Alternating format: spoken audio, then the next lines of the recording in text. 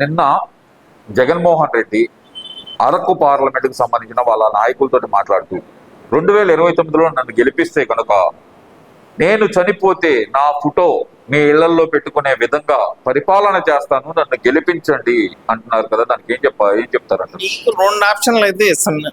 నీ ఫోటో పెట్టమంటావా, నిన్ను సీఎం చేయమంటావా? కిరణ్ అని అడిగితే నీ ఫోటో పెట్టడానికి మేము సిద్ధంగా ఉన్నాం.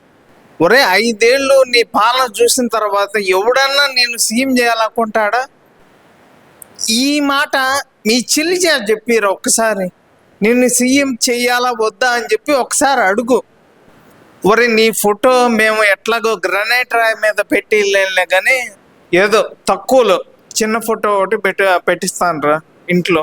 ఎందుకంటే ఇంటికి దిష్టి బొమ్మ ఒకటి అవసరం కదా. నీ ఫోటో ఉందనుకో ఇంటింటికి రాష్ట్రానికి, దేశానికి కూడా, అసలు ప్రపంచానికి కూడా నీ దరిద్రం వదిలిపోయింది అని చెప్పి అందరూ కూడా చాలా హ్యాపీగా. మా అమ్మ అయితే ఇప్పుడే కొబ్బరికాయలు కూడా, నేనైతే కొబ్బరికాయలు కొట్టడానికి రెడీ అని చెప్పి అమ్మ కూడా చెప్పింది. ఇంకా నువ్వే లేటు. ఫోటో, పూలదండ అన్నీ రెడీగా ఉన్నాయి. సీఎం సీటు మాత్రం నువ్వు అడగబాకు. అడిగి మేము ఇచ్చే పరిస్థితుల్లో మేమైతే లేము. నిన్ను చూసేగా వాడు సాయి కృష్ణ గాడు అట్లా మర్డర్లు చేసుకుంటా, మానభంగాలు చేసుకుంటా 23 కేసులు, నీకు ఉన్నాయి 32 కేసులు. మరి నిన్ను బయట పెట్టబట్టే గారా వాడు అట్ట తయారైంది. నాకు అర్థం కావట్లా. మరి ఇంకేం చెప్పాలి? మేము పసి ఏది కోపం, చిన్న పిల్లాడు ఆవేశంలో ఏదో చేశాడు అంటున్నాడు కదా. అంటే ఏంది? కోపం వచ్చింది కాబట్టి పొడిచాడు, ఏదో మనసు పడ్డాడు కాబట్టి రేట్ చేశాడు, కాస్త ఎంజాయ్ చేయాలనుకొని గంజాయి తాగాడు. ఇలాంటి పనికి మాల మాట్లాడతా ఏం చేయాలి చెప్పు? ఒరే మీరు నిజంగా సాయి కృష్ణని లోపలేయటానికి ఆ ఫోటో బయటకు వదిలేరని నాకు అర్థమైంది. తీరా ఆ ఫోటో చూస్తే ఎవరిది? వీళ్ళు రీసెంట్గా ఒక మందు సిట్టింగ్లో వీళ్ళిద్దరు ఫ్రెండ్స్, నవీన్ రెడ్డి, సాయి కృష్ణ ఇద్దరు ఫ్రెండ్స్ సీసా బాలగొట్టి అతన్ని చంపడం జరిగింది. ఇప్పుడు వాళ్ళ ఫ్యామిలీ బయటకు రావాలా? నాకు తెలిసి అతన్ని చంపిన తర్వాత ఇతను తప్పించుకొని తిరుగుతున్నాడు.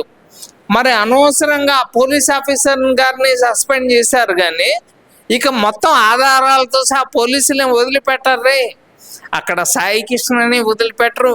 ఈ కేసులో అసలు 32 కేసులు ఉన్నాయి. నిన్ను ముడ్డి కింద మద్యం కేసు ఉంది. కార్మూరి సునీల్ గారిని కూడా రీసెంట్గా చెంచల్ కూడా జైలు తీసుకెళ్లారు. నానా నెక్స్ట్ రెడీగా ఉండ. నువ్వు నానా అంబట్రామ్ బాబు, నువ్వు చూపించిన ఫోటో, నీకు గుంటూరులో ఉన్న నీ ముడ్డి కింద ఉన్న కేసులు ఇంకా చాలక నువ్వు విజయవాడ పోయి తగులుకున్నా. ఇంకా ఊరుకుంటారా వాళ్ళు? అటు జగ్గైపేట నుంచి నవీన్ రెడ్డిని చంపిన ఆ కేసులో పోలీసులు వస్తారు, విజయవాడ నుంచి పోలీసులు వస్తారు. ఇక నిన్ను గుంటూరు పోలీసులు కూడా ఇంకా నిన్ను మేలకుండా ఉండబట్టి నువ్వు ఇక రెచ్చిపోతా విజయవాడదా పోతున్నావు. ఇక నిన్ను వదిలిపెట్టరు, జగన్మోహన్ రెడ్డిని వదిలిపెట్టరు, సాయి కృష్ణని వదిలిపెట్టరు. మిమ్మల్ని చూసుకునే కదా వాళ్ళని రెచ్చిపోతుంది. జగన్మోహన్ రెడ్డి ఎందుకంటారు పరామర్శలకి వెళ్తున్నాడు? మరి వాళ్ళు చిన్నపిల్లలు ఆవేశంలో చేశారంటున్నారు. పరామర్శించడం కరెక్ట్ అంటారా, తప్పంటారా? అది ఒరే నువ్వు చిన్నపిల్లోడు అని చెప్పి కదిరి నుంచి గొడ్డలు తీసుకొని వచ్చి చంపి ఆ గొడ్డలి బాబు గారి చేతులు పెట్టిన తర్వాత నిన్ను అరచేయటమేరా మేము చేసిన తప్పు. ఆ రోజు ఆ తప్పు చేశాం కాబట్టి నువ్వు ఇంకా మాట్లాడడానికి మేమైతే టైం ఇచ్చామని చెప్పి, టీడీపీ పార్టీ టైం ఇచ్చింది అని చెప్పి నేనైతే అర్థం చేసుకుంటున్నాను. ప్రజలందరూ కూడా అర్థమైంది పూర్తిగా. ముందు ఈయన్ని లోపల ఏంటి అయ్యా, రాష్ట్రానికి, దేశాన్ని బట్టి దరిద్రం వదిలిద్దే అంటున్నారు. అది పరిస్థితి. సరే, ఇవన్నీ ఒక ఎత్తు అనుకుందాం. ఏమయ్యారు?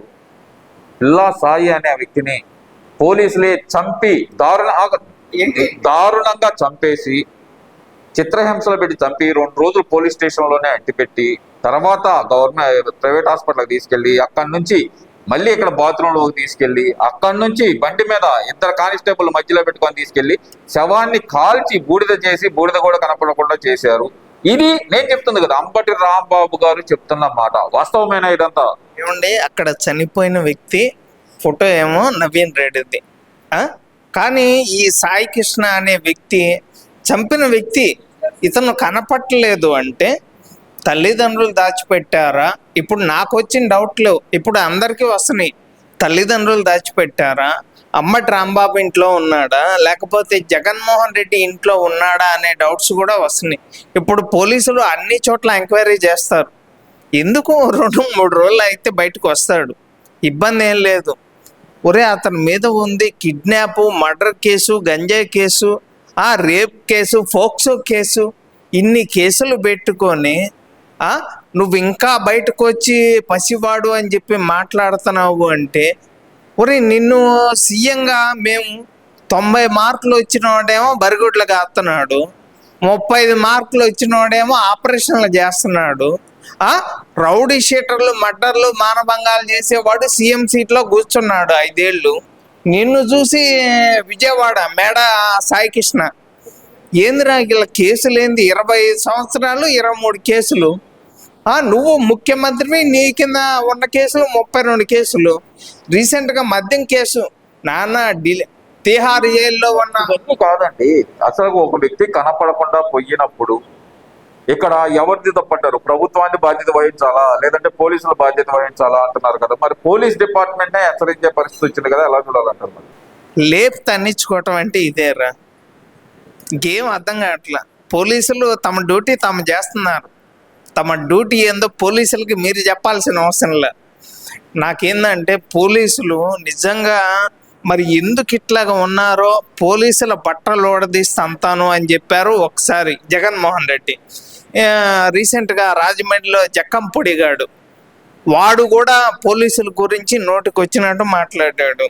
రీసెంట్గా ఒక శవాన్ని చూపించి ఇది సాయికృష్ణ శవాన్ని మాట్లాడే అంబటి రాంబాబునే వదిలిపెట్టరు, దాదాపు 32 కేసులు ఉన్న జగన్మోహన్ రెడ్డిని వదిలిపెట్టరు. నువ్వు సీఎం అవుతావా?